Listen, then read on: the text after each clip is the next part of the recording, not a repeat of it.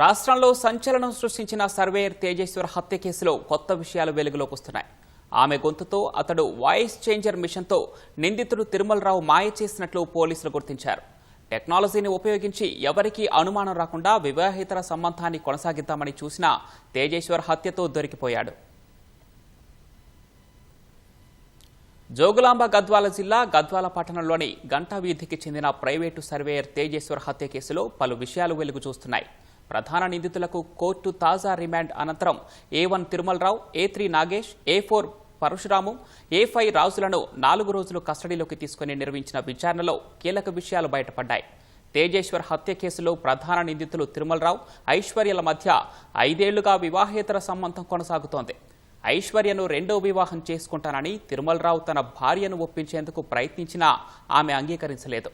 తిరుమలరావును వివాహం చేసుకుంటే కుటుంబం పరువు పోతుందని బంధువులు చెప్పడంతో ఐశ్వర్య తేజేశ్వర్ని వివాహం చేసుకుంది. పెళ్లి తర్వాత కూడా ఐశ్వర్య తిరుమలరావు ఫోన్లో మాట్లాడుకునేవారు.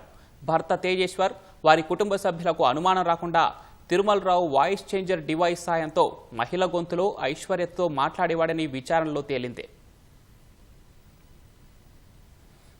ఈ పరికరాన్ని కర్నూలులో తిరుమలరావు పనిచేసే బ్యాంకులో స్వాధీనం చేసుకున్నట్లు గద్వాల సిఐ శ్రీను తెలిపారు. తేజేశ్వర్ బతికుంటే ఎప్పటికైనా సమస్యలు వస్తాయని, అతన్ని అంతమొందించాలని ఐశ్వర్య తన ప్రియుడిని ప్రేరేపించింది.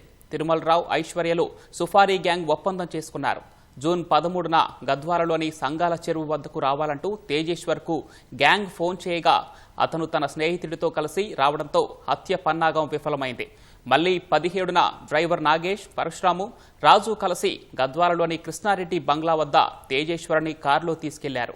కారులోనే అతన్ని వేట కొడవళ్లు, కత్తులతో గొంతు కోసి కడతీర్చారు.